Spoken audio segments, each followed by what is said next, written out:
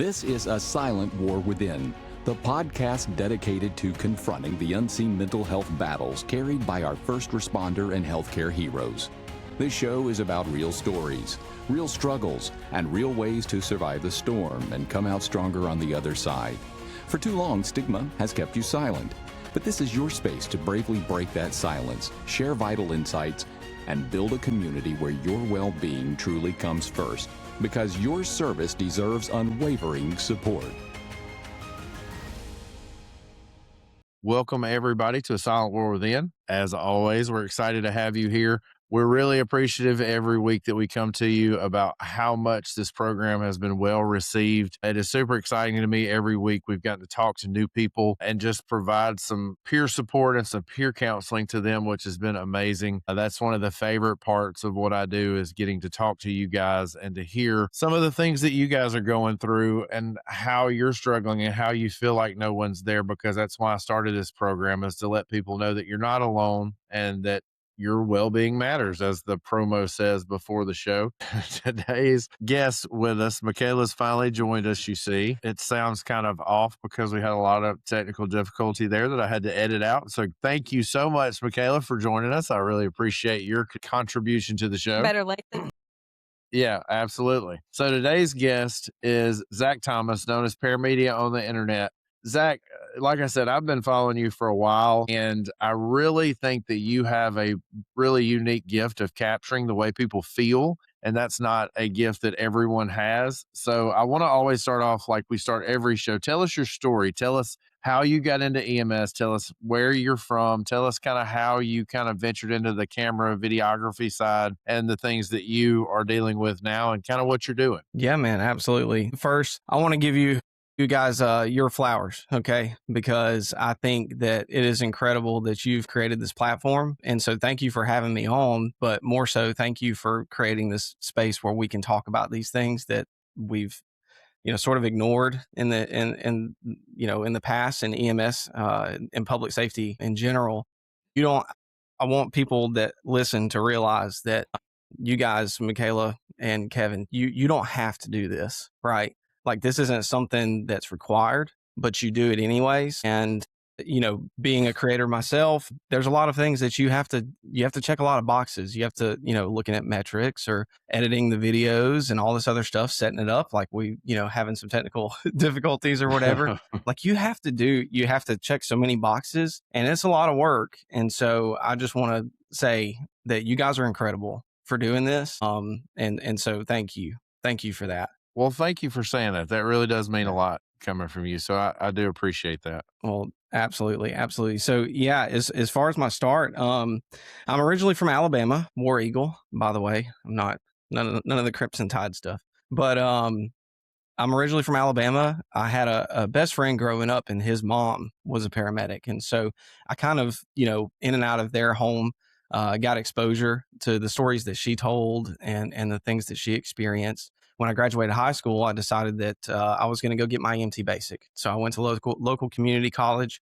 and in 2012, I got my EMT basic. I worked for a transport company for, I want to say, like 6 months. And to be honest, I didn't like it that much and wasn't getting paid much more than I was getting paid at the dry cleaners that I left to go to EMT school. And so I went to the local hospital. Of course, I formed relationships with, the ER staff and whatnot, popping in and out of there. And so went to the ER and hung out with those nurses and physicians. And, they would let me practice IVs and stuff like that. And so I realized that I wanted to expand my scope. I wanted to get deeper into this. One of the easiest ways I found to just almost immediately expand my scope was to join the Navy. So in 2015, I joined the Navy and became a hospital corpsman. I worked active duty for almost 6 years. Along the way, I met my wife. I was stationed here in South Carolina and met my wife. We moved to Pensacola, Florida. I worked at the Naval Hospital there, and we had our first child in April of 2020. So right smack dab in the middle of the pandemic. So that was interesting, to say the least. But I was coming up on the end of my contract at the end of 2020 and decided that we were going to raise our kids around my wife's massive family. I grew up around, my family's very small compared to hers. And so all the cousins and everything, they all live nearby. So we moved here, and I was actually working towards my nursing degree. While I was active duty, I was doing classes, community college classes, the gen ed stuff. I was doing the general education and getting the prereqs for nursing. And when we moved here, I realized that the process was going to take a lot longer. I was hoping, move here in October, start nursing school in January. I realized that wasn't going to happen. And so it was time, like, I've got to provide. So I need to go ahead and jump into something. So, and looking for a job, I ended up getting in contact with the local community college EMS program director. And he said, man, getting a job is going to be easy. He was like, but do you want to come to paramedic school? And, honestly, since I lived in Alabama, I hadn't really thought about it very much. So I told him, I said, well, let's get me a job and I'll think about the paramedic stuff. And so I did. Probably for like 4 or 5 days, my wife and I really talked about it. And I thought to myself, well, I can get into paramedic school and I can always bridge, to RN or something later on. But I went to paramedic school, got my paramedic license. And that's when I started working as a paramedic full time. So that's sort of the paramedic origin there is what I'm getting at. So yeah, I got my paramedic degree. Since I had so many prerequisites, I was eligible for the associates. So I got my associates to become a paramedic. I got nationally registered, started working full time. As far as the videography stuff, a side quest there. I got into videography when I was maybe 11 or 12. I was a skater kid. The only thing I can think about is I was a skater boy. I said, see you later, boy. Yeah, exactly. Gosh, that's horrible. Hey, dude, Avril Lavigne was awesome. She was awesome. I love Avril. She was awesome. I didn't say she was bad. I said MaKayla was awful. Was it? Yeah. Oh, give her some credit. So, as far as videography goes, a whole nother side quest there. When I was 11 or 12, I skated. And when I say skated, I skateboarded like 8 hours a day for like 10 years, I feel like. And, part of skateboard culture is skateboard culture is really rooted in skate videos. And so I wanted me and my friends to have some skate videos. So my dad bought me a Sony Handycam, if you guys can remember those. And oh, absolutely. Yeah, man. I got a Sony Handycam and started shooting video of me and my friends skating. And that's when I got into whatever movie program was like standard on Windows. And I started editing and shooting stuff and putting titles and everything. Those videos do live on the internet somewhere, but I'm not sending anybody any links. But if somebody can find them, I might send you a free hat or something. I don't know. But using those skills or whatever, I'm also a musician. So I tour with a country artist right now. I play guitar. And I was making guitar videos in my bedroom when I was in the Navy. And making those videos kind of kept my editing skills up somewhat. I mean, it wasn't anything intense. It's just setting up the camera on a tripod and going for it.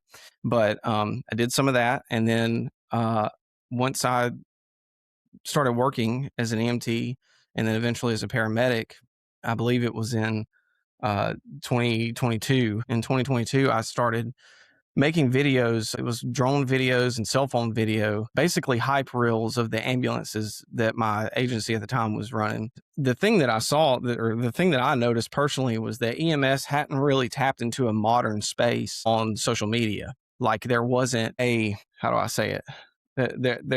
There wasn't routine, even though I followed creators in EMS and followed certain pages, there wasn't agencies posting content that would be relatable to the new generation. And so whether you call it a recruitment effort or whatever, I started putting these like hype reels of just stationary ambulances to like trap music and stuff like that. And it caused some traction. I started working for the agency here where I live, and I got connected with easily the most incredible public relations officer that you can imagine.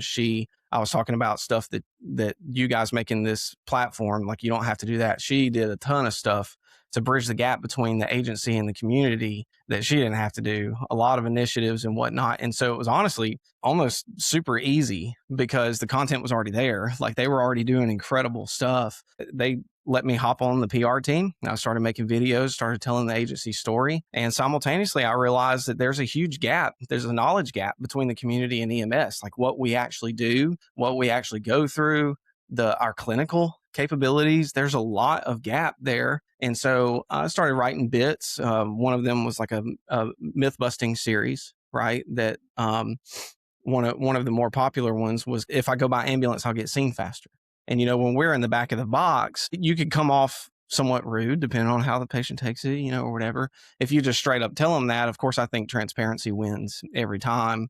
And there's a way to say it But I wanted to get that knowledge out there that, like, for EMS, like, we don't know if you're going to get seen faster. It's up to the ED staff, that kind of thing. And so I'm making video bits like that, and we caught a lot of traction, caught a lot of attention, and that stuff got shared around. And so last year, did that for a few years, and then last year I decided, I'm kind of a hypocrite if I want EMS as a whole, nationwide, or nationally or locally, whatever the case may be. I'd be kind of a hypocrite if I didn't want other agencies to have the same access. So I created Paramedia. And so last year I created Paramedia as a way for other agencies to reach out. And if they want that kind of content, I'll be happy to come to their agency and shoot that stuff and get that stuff out there for them, because I feel like the more that we advocate for EMS in that way and offer the knowledge to the community, it's a snowball effect. The community will latch on. When the community latches on,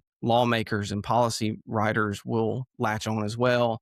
And then we'll see a little bit more positive narrative, a lot more positive exposure to EMS in that way. And so, they say that a picture is worth 1,000 words, and I don't want to get super nerdy, but if a picture is worth 1,000 words, if you shoot a 1-minute video, short form content at 30 frames per second, that's worth 1.8 million words. If you want to do the math on that, So I created Paramedia as a way to not only continue my own content, but to offer that to other agencies. And Zach, on our platform, that's what we're all about. We're talking about like that silent war within, the things that people in the community don't really realize that, EMS and healthcare providers struggle with. And, a lot of content creators, not to bash anybody, but a lot of times content creators, they do put out that glamorous side of EMS, and it's all fun and games, and, it's all laughs. And that's not the reality of our lives, our day-to-day lives. So I feel like your page really does a good job of showing like the nitty-gritty, the dirt under the fingernails. Like, why do you think it's so important to show that nitty-gritty for the people on your page that may be healthcare workers and also like the layperson? Yeah, I love that description of, dirt under the fingernails. I think it's important because I feel like, EMS as a whole is totally misunderstood in a lot of ways. Maybe not totally misunderstood, but that misunderstanding does create sort of a divide between us and the community. And if we can close that, I feel like we'll get a lot more support when things come up, in whether it be legislation or, leadership being willing to step outside the line and try something new, be motivated. Closing that gap is going to at least open that door. And I think that, even within the healthcare space, EMSs can be misunderstood. And a lot of our motivation for doing this job can come from the outside perspective being at least as close to accurate as we can get it. And, we'll find more motivation. I think that EMS providers will find more motivation when they feel understood in the healthcare space and within the community. That's why I haven't really, for me personally, in my content, I haven't really leaned into the clinical stuff yet. I think that there's a lot of other creators that nailed it. They absolutely crush it when it comes to talking about, we're talking EMS Avenger, OK Medic, and Medic McGill, for example. They crush that space. And so I'm focusing on the culture and focusing on the mental health side of it right now. I'll eventually, I worked as an FTO for a couple of years and precept for the local community college and whatnot. And I love doing that. I love teaching. But as far as content goes, I want to help bring this stuff to light, because, burnout has been listed as the number one thing affecting our profession right now. I think it was the survey that came out last year that said 76% of EMS providers experience or have experienced burnout. And so with that being such a relevant issue, let's tackle it, right? And let's expose it and dissect it. And more so, I want to give, and I apologize if I'm all over the place here, but I do want to give credit to this generation right now, because the generation of providers that we have right now are much more in tune with knowing the why. And, I saw it in the Navy, the old chiefs and whatnot that were just told to do something and they never asked. They never asked why. They were just told to do it and that's it. And let's be real, like in wartime status or whatever, that's necessary. Your lives are on the line, right? Like just do it, just go for it. But, in a controlled clinical environment, even in EMS, somewhat controlled, whatever control we have anyways, in training spaces and everything, we need to ask why things are the way that they are. And so my angle is to dissect even the national structure of EMS and understand that there are things that we can't see that are way above, on the local level and then on the state level and then on a national level. If I'm getting this right, I hope I'm getting this right, that EMS agencies answer to as many as like 35 different entities or agencies, organizations, whatever. And that's a lot of steps. That's a lot of eyes looking down on us. And when I say looking down, I just mean like in a chain of command kind of thing, not looking down on us necessarily. But, there's so many layers to our structure on a national level that I think that we subliminally feel that pressure and we don't realize it. In an effort to understand the why, that's what I hope to do with the content is again, bridge that gap for the community, validate EMS providers that may be feeling this pressure. They don't understand where it's coming from, maybe, or whatnot. Open that up and expose it for them and everybody else that's outside of EMS even. I think you made a good point. When I think that healthcare providers nowadays, they are becoming this generation of leaning into mental health, talking about mental health, making it a safe space for us all to say, hey, I'm burnout. You're burnout. Let's talk about it. Why are we feeling this way? What can we do to help make the next generation better? And one thing I think that is important is I think that you would agree that your platform, you like when healthcare providers can see that we're all in this together. We're all on common ground. We're all dealing with the same stuff, no matter how far geologically apart we are. What do you want to say to your followers that maybe listen to our podcast? What do you want to say, like when they see your content? What would you like to say to them? I want to say that this content isn't for me exclusively, first and foremost, and secondly, I want them to know that I'm telling their story too. And I go back to, I spoke at a town hall recently where they wanted me to speak about content and encouraging other services. There were a few other agencies represented in the room, and I let them know that, hey, like, yeah, there are some things that we post that may be exclusive somewhat to the agency. Honestly, the only exclusivity, if you will, that is presented is our logo and our branding. But otherwise, the story is yours too, right? Like, this story belongs to you, the things that you're going through and the things that we experience as EMS providers. The stories that I tell belongs to them. And so I love it. I absolutely love it when somebody comments and agrees and feels validated. But for me, it's not validation for me necessarily. It's relief.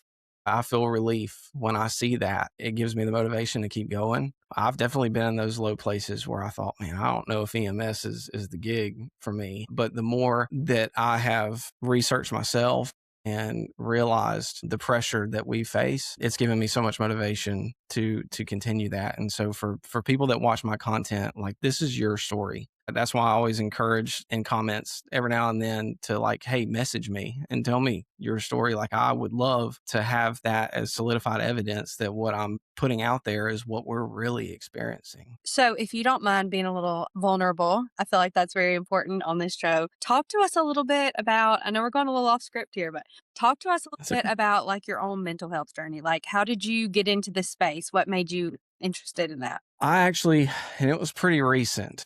And so you'll have to apologize if I've dealt with it. Okay. But there's been a few times that I've gotten through this story in a collective way. So, but it was maybe almost a year ago, maybe not quite a year ago.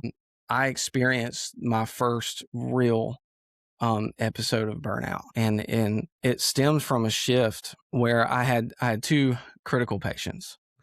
And the first one, this patient was having a STEMI and they were alive in the home. When we got the patient out to the truck, as soon as that stretcher latched into the ambulance, he coded. And I'll be honest, I thought to myself, it was a heart attack. He's probably in VFib. Let's shock him. I'll get him back. We'll stabilize him, take him to the hospital. He'll go to the cath lab.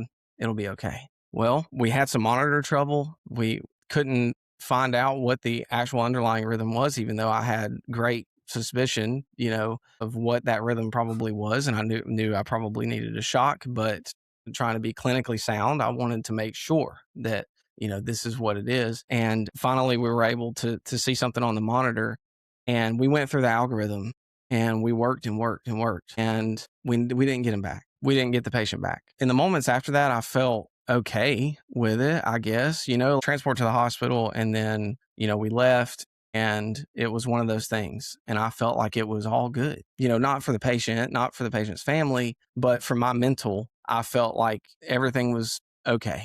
3 o'clock in the morning, that same shift had a patient that was having a stroke, had to RSI, and that patient didn't make it after, going to the hospital. They were stable with us, but later passed away. In the shifts following, and in talking to my wife about the situation here at home, I realized like I couldn't get through that story without becoming emotional. And it kind of hit me in the back of my mind. It was more so the imagery there on scene. The patient's daughters were there and the wife. And I saw, they said, bye, we'll see you later, and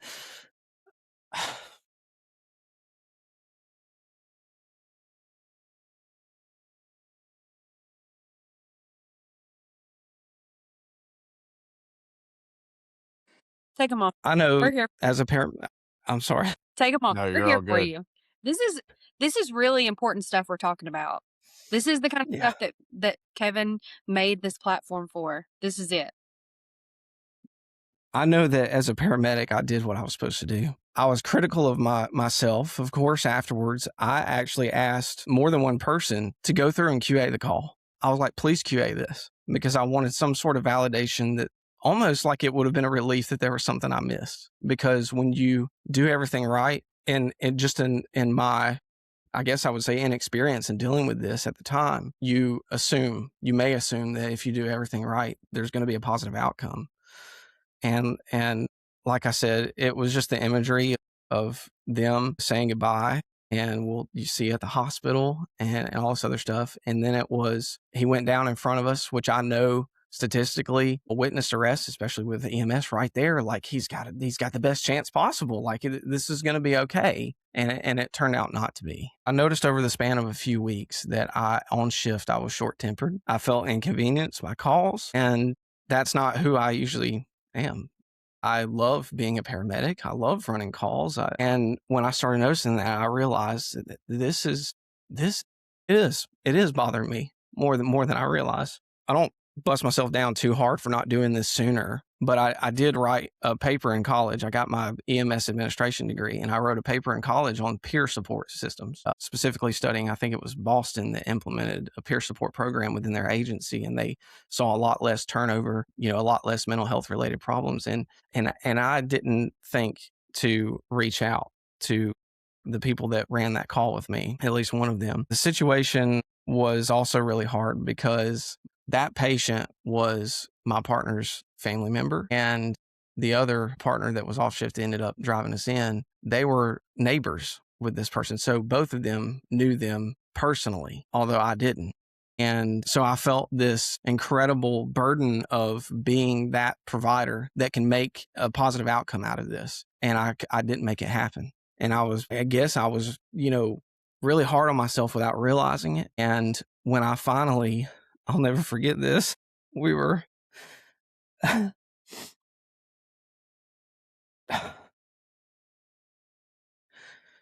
standing in the station, and it was the same partner I had that day overheard me talking to somebody about having a hard time lately. And I was thinking about that call. And so something made them think about, like, I bet I know what call it is. And they brought it up. And my partner and I spent 30 minutes sobbing in the kitchen because it was affecting them just as much. So that's when I realized, and they offered a lot of, because they had spoken to the family afterwards, and they offered a lot of reassurance to me that the family was okay and that they understood. And, my partner told me that when they found out that I was the one coming, they thought, thank God. I like to think that that's what anybody would think when they see me coming, and all of the people that I work with coming. And that's why I think training and keeping yourself up to date is so important. But my partner and I talked about it, and it made me feel so much better talking that out with a peer, having that peer support, because otherwise I would have felt like I was all alone in that situation. And so that was my first exposure to just true burnout. And the burnout portion of that being the short temper or short fuse on shift. And I didn't treat patients bad, I'd cut that off. But just that initial feeling of, great, another call, or just that I've got to do this paperwork, or I've got, just feeling inconvenienced by the job wasn't something that was natural for me. And that's when I realized, like, man, I need some sort of relief from this. And so that was my very first experience with true burnout, and peer support went a long way. Also hearing the comments from the family, and we won't always get that. So that was rare, but this is a small community here. So that was sort of my first exposure of mental health and EMS, and how important it is to use the tools that have been proven to work, such as peer support. Yeah. And so, thank you for sharing that. Just thank you. yeah, I know that was really hard. That's amazing. And there's a few things to pull out here. So I want to give you a story of one of my very last shifts on the ambulance. I'm an administrator now and got my degree. I was working in a leadership role, kind of a middle leadership role from where I am now, but I still had the itch, if you will. I still wanted to have the blood, guts, and glory. I still wanted to be on an ambulance. And I was working part-time for a local EMS agency just south of Memphis. It was great. Really enjoyed being there. Really enjoyed the people that I worked with. I go on this call for an unresponsive patient, middle of the night, like 2, 3 in the morning. He had gotten up to use the bathroom and he had collapsed. His wife had heard the bang in the floor, and of course she got up. When I got there, I immediately recognized that they're very young, mid-30s, and the fire department's already told me that they're doing CPR, so I already kind of know what I'm going into. But this 30 whatever it was year old woman grabbed me by the shoulders and said, "You've got to save my husband." And there was something about that just overwhelmed me with this urgency that I had not had in years, because I've been in this for 20 years. So I didn't have that urgency with every single call. I was pretty comfortable with a lot. And I think this is where your story is very important to listeners who hear this. Trauma and burnout and moral injury, which are kind of some of the things that you occurred there. And the moral injury comes in from, you thought you did everything right. You did everything by the book. You did everything the way we were trained, and it didn't work out. It didn't work. And it's supposed to work. We're taught in school that this is the X, Y, and Z. This is how you do it. This is what works. This is, clinically proven methods to make somebody come back to life. And it doesn't always work. So you had that moral injury piece of it. But the important part to pull from your story is the fact that it's not always this huge event. Trauma and moral injury and all the things that we mentioned are very subjective. They're person to person. What bothers you may not bother me. And I think that's some of the things that we've kind of pushed to the side, and people forget that my trauma is not going to affect me the same way that your trauma is going to affect you. Because when we didn't get that 30-something-year-old guy back that night in the call that I was telling you about, I mean, I went home and followed this lady on Facebook just to see what she was posting about her husband's arrangements and death and all this stuff. And sometimes the family is much more difficult of a piece of the puzzle than we think it is. We've become so patient focused for so long. And we kind of, and it's not a good thing, but we kind of disregard the family a little bit. We don't take their emotions into the situation all the time. And when you have that call that what some, very seasoned paramedics would go, "Oh, it's just a STEMI. He just died." And that's just it. But the family put a whole new element into what was happening, and the moral injury put a whole new element into what was happening. So it's extremely important that if you guys are going through something similar to that you do exactly what Zac did, and you start to realize that this is bothering me. Do some self-exploration and some self-examination and go, yeah, this is bothering me a little more than I thought it was. Because in the moment, we have a great mechanism of pushing it down, and we're going to go through, and the next call's waiting, and we just go on about our day. Yeah. Exactly. But it's the after hours that kind of starts to seep in, and the after days that start to seep in. And you think, I don't think I'm okay with this. I don't think I'm doing well. Yeah. And it takes some reflection. Yeah, and there's something you said there about, my trauma isn't gonna affect me the same way that somebody else's, like the difference in experiences and what actually affects us and what doesn't. I think that's important, with content creation, for example. I know that there may be guys that have gone through a certain amount of things that are, to the outside perspective, may be more intense, maybe Yeah. more involved. But that's where I encourage people that have a story to tell. It doesn't matter, what level of trauma you think it is, if that's the right way to say that. You get where I'm going with that is, tell your story. Like, if you're comfortable with it, of course, and get that stuff out there because you don't know who needs to hear that. And Yeah. if, And if one of the very first guests that we had, so we did EMS Avenger and Paramedic Sophie back to back. And Paramedic Sophie came in and she actually came to visit us here in Memphis, and she was great. But when she came to visit us, she said something that really stuck with me. She said, we've got to normalize that it's okay to not be okay, which is kind of the slogan that kind of floats around from here to there. She said, but we also have to normalize that it's okay to be okay. Like, not everybody's going to be effective as roughly as somebody else is, and that's okay. That's perfectly normal for us to have a subjective trauma response. Some have a much higher tolerance for trauma, some don't. I was not affected by a call for the first 10 years of my career. I thought I was invincible until it finally happened, yeah, and then I was thrown completely off my feet because this is not something that's supposed to happen to Kevin. This is not supposed to right. happen.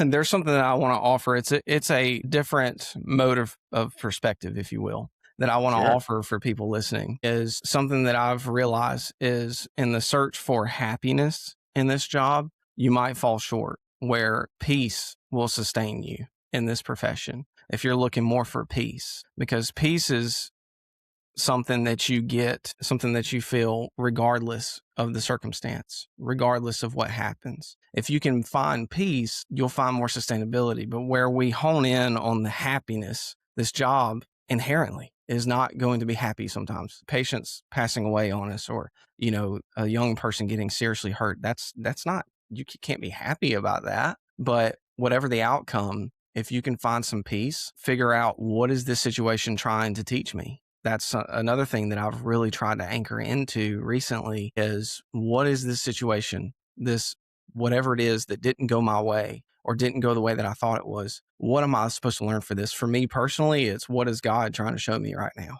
What am I trying to learn from this? Because on the backside of that, when you frame it that way, you're going to come out better on the other side. And every time that you encounter another patient in that way, you're going to be more sound, you have a more sound mind. You'll have a better focus, if you look at it that way. And so that's what that's what I would love to offer people, is look for peace more than happiness. What a beautiful way to look at things. And I think that and I shared this in one of the episodes that we did, and it has always been kind of this thing that sticks with me and lives deep inside me all the time. In scripture, where Joseph looks at his brothers when they come back and they're begging for bread in this drought, and they're begging for sustenance of some kind. He looks at them and says, what you intended for evil, God intended for good. Yeah. So I think that sometimes even the bad things we encounter can bring learning, can bring growth, can bring all the good things that can come from tragedies. I'm not saying there's always understanding. I think it's very natural for us to go, God, why? And I think he's big enough to take that. Yeah. But it's just always been something that lived within me, that I can find something that I can learn from, even in the bad. Yeah. And there's been plenty of bad. I think one of the things that surprises me the most, and you don't have to go into any detail if you don't want to, but I think every guest so far that we've had on has had some kind of, whether it be familial trauma or whether it be childhood trauma or whether it be something, because we've all got stuff, right? Oh yeah. Yeah. And I think so many times when we're working with people, we forget that everybody's dealing with their stuff, whatever that is. So I think, for one, the kind of overreaching umbrella of the show is that it's always free to be kind. But secondly, I think the other part of that we've seen from numerous I don't know if high level is the right word, but people like EMS Avenger, people like Paramedic Sophie, people like yourself and Shade Tree Cardiology and all these people that we've hooked up with, which has been fantastic, is that they experience where they set themselves apart from what I would think of as a normal, if you will, EMS provider. They find growth in those things. They find some kind of peace in that to be okay with it and to find something good to pull from it. So I think that's an excellent point to make. But I want to also go in and ask you about how hard is it for you to simultaneously be that provider that you talk about that's connected and emotionally involved and really what sounds like 100% a paramedic and 100% there and still be kind of simultaneously kind of the creative side of yourself, and how do you manage those two personalities, if you will? I know they're not different personalities, but Yeah. I, I mean, but how do you deal with those two sides at the same time? Well, when I'm on calls and I'm working with a patient, I'm 100% involved with that patient. And so content creation isn't anything that I think of necessarily until after the fact. And usually it comes in those windshield conversations, with my partners, or especially in writing the narrative, especially if it's a thick one, doing the documentation. That's where I start to sort of, go through, like, if this call taught me something, how can I form this into content? I would say that the struggle between being 100% a paramedic and then also being a content creator only comes about when you want to portray something, but not cross the line, I guess you could say. Like, you don't want to, whether it's, the standard stuff such as privacy and whatnot, but you don't want to go too far off into the details or whatever and put that out in a public space, because you want to kind of protect some things. But I'm 100% in on being a paramedic whenever I'm on the truck, but the creative side of it comes after the fact, and definitely in conversation with my partners and doing the documentation usually. Yeah, I think the hardest part for me has been I'm very much, and I know this about myself, I'm very much tend to lean toward the oversharing, and I get told that from time to time. Same. I'm pretty much an open book. My wife calls me the woman in our relationship because I can drop a tear out in a minute, like no problem. Same. I'm very emotionally based. I find myself, especially when I'm telling my experiences, I have to dial it back intentionally in my head, dial it back a Yeah. little bit because, just like I could see your thought even in your emotional moment that you had earlier, like you're having to think through and you're having to process what's the next thing that I Yeah. say without sharing too much. So that's been always very difficult for me.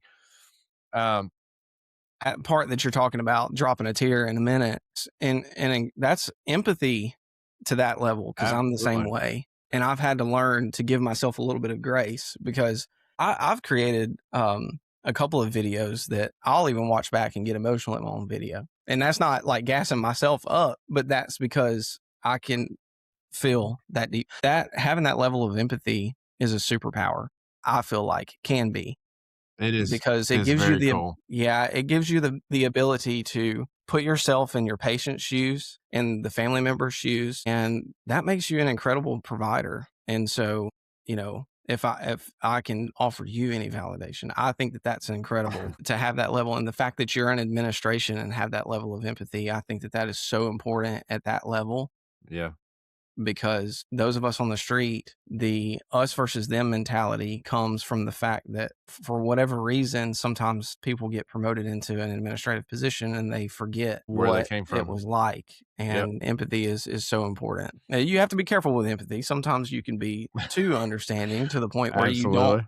you don't discipline anybody. You don't have hard conversations, right? Because Yeah. those are so necessary. But empathy is a superpower. And if you have it, lean into it, man. Yeah. No, I really have, and it has been accepted. And for the first probably 3 or 4 months that I was in administration, I was that one that was like, oh, a hard conversation, I don't want to do it. But I really buckled down and really started to research communication and really made myself a student of leadership after I had a few months under my belt. But it really was difficult for me, and I really had to make it a priority to learn how to manage both of those, kind of being empathetic and being emotionally sound, if you will, and still being able to have hard conversations. But Yeah. there's a way to have hard conversations and make it where your emotion, your empathy flow through that as well. Yeah. So And I want to add to that, when it comes to having hard conversations, frame it this way: correction and guidance is a form of compassion. Absolutely. If you really care about that coworker, or I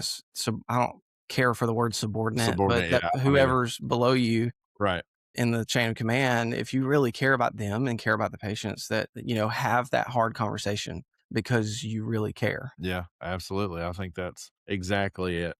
You have a very specific talent that really draws me to your content more than anything that you say. You have a way to look into the camera, and I said this about a few people, but it really is 100% with you. And I don't know what you're doing. I don't know if it's a filter. I hope it's not, but the way you look into the camera and the way you talk to the camera when you're producing a video, it is so like you're talking to me.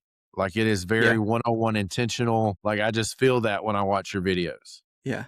And I don't know if that's something you worked on or if that's just a natural ability. I would be lying if I didn't say that looking in straight into the lens and speaking like that, I do picture I've got that colleague or I've got that person that's struggling, that their eye is the lens. And I want to get the point across and it not just be another scroll through video, like something, that was cool, and then move on. I want to talk directly to the person, whether the content is, aimed directly at them or they feel that way anyways or not. I'm speaking to everybody in EMS in that way. And so that's so cool that you feel that way. Man, That I means do every time I see you. It really does. And that's the reason that I finally reached out, is because I'd watched enough of them, and I don't remember which video it was, but I watched one. I was like, he has got to be on the show. If I can get him in front of a camera to talk to me the way he's talking to the video camera that he's TikToking on or filming or whatever, I was like, this is going to be gold. And I was right. This has been gold. So I didn't send my secretive text message to tell MaKayla to move on to the next part like I usually do. So MaKayla, you're up. Already knew. I was going to say, talking about platforms, you've built a ginormous platform, and people don't talk about this a lot, but there is a mental health aspect that comes along with just being a content creator, because you are in the public eye. You are what people are looking at when they look up paramedic EMS content. So what do you think is maybe a struggle that content creators have to go through?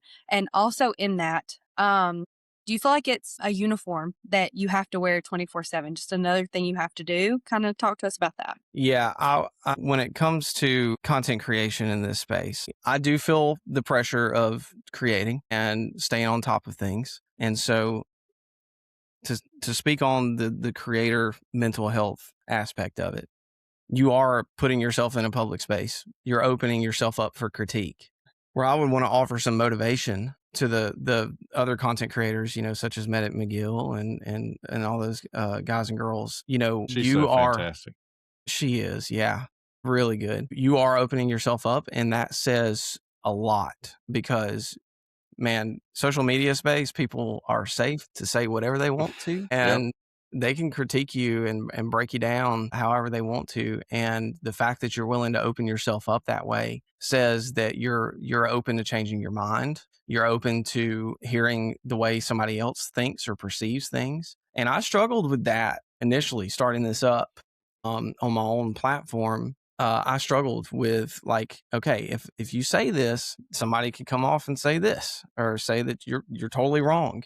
And I have to ask myself, like, are you open to hearing that? And are you open to changing your mind and having dialogue with people that disagree with you, maybe wholeheartedly, partly, whatever? And so I give the content creators in this space a lot of credit, man, and they deserve it, because the message at the core is to have a conversation anyways. Mm-hmm. Putting that out there enables that conversation. And, I've definitely had a couple of comments that said, well, hey, it's actually kind of like this.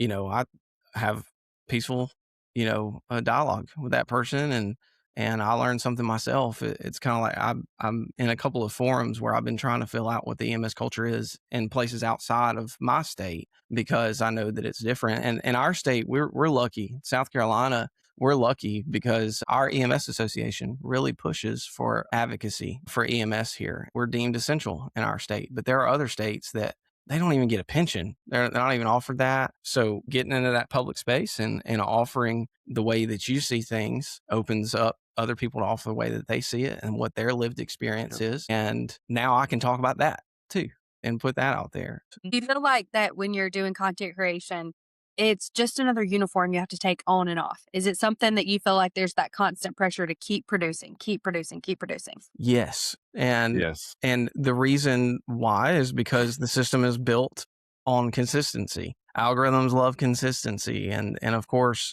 you know, when something new comes out, and that's why, man, the clinical content guys, like, sheesh, I can't imagine. Like the next big paper that comes out and they're like covering it in detail like that.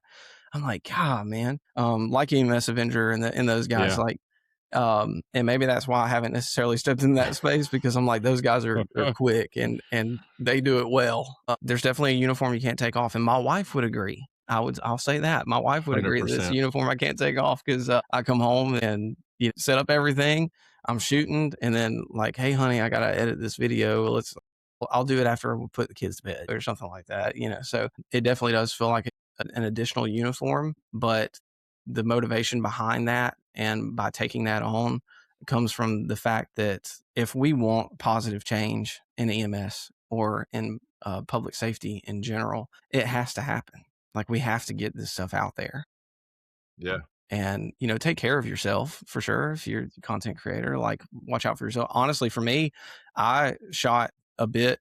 I'm going through burnout and the 6 things that Dr. Moslick defines as burnout. I'm going through the 6 areas that cause burnout, and that's 6 video pieces that I need to put out. And I did the 4th one the other day, and it's just there. I haven't edited it yet, but we had the snowstorm come through, and all this other stuff is going on, and I'm like, for me, for my mental health and everything else, I know I really want to push this stuff out, but it's gonna have to wait, because the kids are home from school and all this other stuff. And if I sit down and start editing, I'm going to get drawn in, task saturated. And Zach, I'm a firm believer. I believe you would say so too. I believe that this next generation, they're on the internet. We already know that. That is going to be the only way that you are going to reach the next generation, is on the cell phone, on the tablet, in front of their face. That's the only way you're going to reach them. I think a lot of teaching has moved online. I think that's one of the things that your platform is really good at. Mental health coaching is going to be all online. I feel like that's the only way to reach our next generation. To some people who are critics or people who are stuck in the past and say, oh, this might be taking you away from your job or things like that, what would you say to that person? I would say that it's inevitable. This is the space that we're moving into. I'll offer you guys this. I was in an award ceremony. It was an EMS award ceremony. And I vividly remember one of the directors of this ceremony stepping up on stage, and he was alluding to not doing this job for likes and comments and all of that stuff. And while, of course not, of course we don't do this job for clout. We don't do this job to be the hero in the story, even though a lot of times we might be to somebody personally, but of course we don't. But there's no doubt that those likes and the engagement, whatever pushes the message, right? And it extends our reach. And so, no, that's not why we do that, but that's sort of a simplified way of describing this space. And for agencies, that's why I started Paramedia, because I want agencies to have access to this. Now, I'll be totally honest here. You don't need high level production equipment. Like, if you just have a cell phone, man, put stuff out there, just get it out there. Like, and people that may have thought about creating content, and especially in the EMS space, you don't need to go buy $1,000 setup. You can just use your phone and put that stuff out there. And if you have something to share, and I guarantee you do, if you have something to share, get it out there. And be aware that there's that public space is going to come with potential comments or whatever else, but it's going to make you better, and make others better potentially. in the long run. And so for those that are reluctant to step into this space, you're going to be playing catch up if you don't. Let's be real. Yeah, So, because that's where we're going. And it's where we're at. It's not where we're going. It's where we're at currently. It's the same thing that yeah. I have lots of coworkers that are 100% against AI, won't use it, don't believe in it. I was like, you're either going to get on the train or you're going to get left behind by the train, because that's the way the world's going. Yeah, there's that content creator that always talks to millionaires and billionaires, and one of the most common responses he gets when asking them what they would say to young entrepreneurs, one of the most common responses is, if you're not using AI, you're going to fall behind. That kind of thing. Now, of course, be original. Yeah, you have to put the human touch to it. Sure. Yeah. Because if everybody knows, I make the kind of conversation guides and we kind of go off of them and get down rabbit trails and things like that. But I have conversations with my AI, and the end result is never something that AI just generated. That would be silly. That's my conversation that I'm having with that thing and saying, organize this in a way that makes sense. Yeah. And most of mine is driving to work, touching the microphone button and just going back and forth. It sounds silly, but it works. Yeah. I mean, I do it with a lot of my work stuff too. Yeah. I did that with a job interview recently that I was wanting to shoot for. It was something higher, much, much higher than what I've been. And man, I had a whole interview with AI. Right. So, Zac, as we're kind of closing everything out, I like to ask everybody that I talk to this, what is one thing or a couple things that you do to personally take care of Zac? What's kind of your self-help thing that you do? Self-help for me, I do my best. I don't do it every day. I need to do it every day. But devotion, reading a devotional has been really helpful for me lately. And the second thing is being intentional with my time when I'm at home with my kids. And for those that are listening that don't have kids, maybe don't even have a wife or anything like that, this can attribute to other things as well. But being intentional with those things that bring you joy outside of our profession. And when I say intentional, I mean intentional time off, intentional time with your family, whatever that case may be for you. Being intentional about it means, okay, I'm going to set my phone to the side for a minute and I'm actually going to be in this moment. And, it may be taking a vacation somewhere, or it doesn't even have to be a vacation. If you only have a couple days off, going and doing something specifically, even though if you're like me, you might like canceled plans. I love canceled plans, but if I make a plan for myself, 9 times out of 10, up to that moment, I feel like, I don't want to do this. And then I go do it and I realize, man, that was great. Same. And so trying to be intentional about it. So I would say those are a couple of things that I do to take care of Zac, is trying to get in the Word at least once a day. My wife bought me this really cool bracelet that you tap. Oh, you can scan. Yeah, my wife's got one. It's like the tap Bible verse. Yeah, that's cool. Yeah, it's awesome, dude. Yeah. Just give me a verse, get me a little bit of that bread in. A little tidbit, yeah. Yeah. Yeah. So where can all of our listeners find you if they're not familiar with? If this is the first time seeing their face, give us the shameless plug of where you are and what you're doing. Yeah, so you can find me at Paramedia Creative on TikTok. My Instagram is Paramedia X Creative, the letter X. I haven't really dipped hard into Instagram. It's proven to be a little bit difficult to kind of build on there, but I still post on there every now and then. And then, of course, on Facebook, either Zac Thomas or you can find Paramedia there as well. It's Paramedia Creative as well. I have a YouTube and I've posted it there a little bit. I need to be more dedicated to that, but it's also Paramedia on there as well. Well, part of this, when I get to this part of the show, part of this is to promote you, of course. Yeah. But it also helps me and our new, I don't know if I'd call her a social media manager. I don't know what she is, but she joined our team. Angel joined our team just a few weeks ago. I struggled with consistency. And like you said, the algorithm loves consistency. Yeah. So having her to be consistent is great. She has also been the person that I can text and go, hey, I just saw this video. Would you mind reaching out to this person? And she'll reach out to them and let me do the conversating after she does the initial reach out. So, and that's been extremely helpful. So you guys plugging your social media platforms is also a cheat sheet for her to know who to tag and where. That's great. So it works as a double. So if you had something to say to our listeners as we close the show, what is it? If they heard one thing from you, what do you want to hear? Yeah, I think I'm going to go back to what I said earlier, but I'm going to talk to two different sets of people here, or maybe the same exact person, either way. But to the people that want to create, that want to step into this space, just start. And it doesn't have to be perfect. You're going to learn.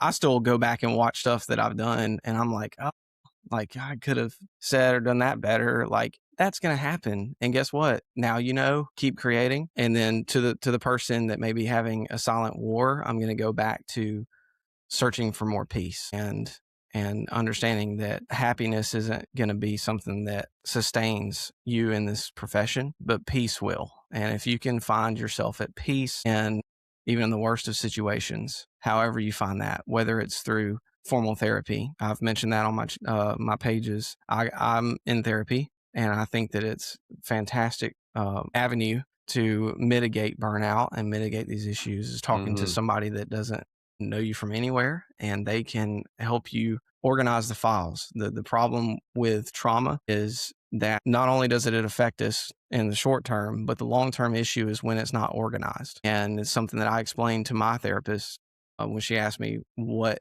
I wanted to get out of therapy. And I told her, I described it to her like this: right now, I feel like I had a file cabinet that everything was organized and I knew where to get to it. And right now I feel like the cabinet flipped over and there's files everywhere. And I just need you to help me organize this. And when you can find a way, an avenue to organize whatever trauma or whatever feelings you're having, whether it be burnout or compassion fatigue or whatever it is, find a way to organize that and find the peace in that situation. And I want you guys to hear what he said, really dig into what he said. And you've heard almost every guest say it, and it's really part of the underlying point of this show. It's the destigmatization of all the things he just mentioned.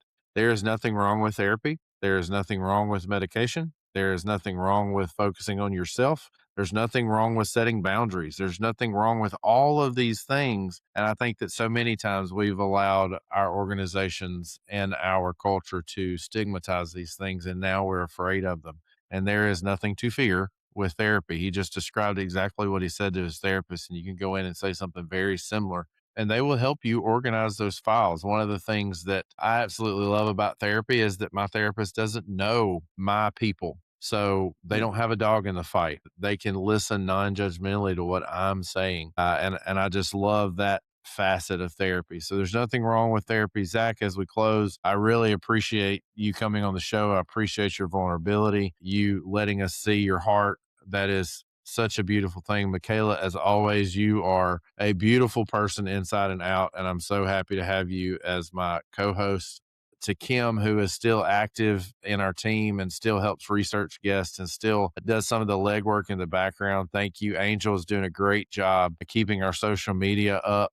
Running 4 different sites, as Zac mentioned, can be very tiresome and very time consuming. So thank you to all the people that are involved in the show. It has been amazing to see what has come from this, what God has led us to, what God is still leading us to, getting people that are what Greg Carr, who you guys know as Shade Tree Cardiology, calls little famous, has really been fun for me. I've gotten to talk to some people that you kind of indirectly idolize through the social media accounts. So that's been fun. As always, you can find us at all the same places that you can find Zac, Instagram, Facebook, YouTube, and of course, TikTok is our biggest following and community that we have there. So come join along with us. We're on a journey that has no end in sight. We're booked out with guests until middle of April, so we're super excited about where we're going. Some exciting things coming up. I'm not going to say this is the end of the season, or we never set out to have seasons. We're just a running show. I mean, every Friday you'll get a new episode. That was always my promise from day one.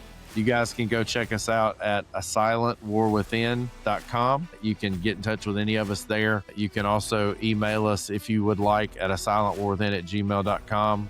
Again, Zac, thank you for joining us. Thank you for what you're doing. Thank you for bringing the spotlight to mental health and the spotlight to content creation. I'm so excited that you said yes, and I'm so happy we got to do this very, very good episode. So thanks for coming. Yeah, dude, the pleasure is mine. Thank you guys, like I said earlier, for building this platform you don't have to do it, and you're doing it anyway, and that says a lot. So thank you. Well, thanks, man. MaKayla, hit them with our outro. All right. Be safe, take care of your mind, and we will talk soon. Bye, guys. Bye, everybody. You've been listening to A Silent War Within. If this episode resonated, please subscribe, leave a review, and share with someone who needs to hear it. Remember, you're not alone and your well-being matters. It's time to end this silent war.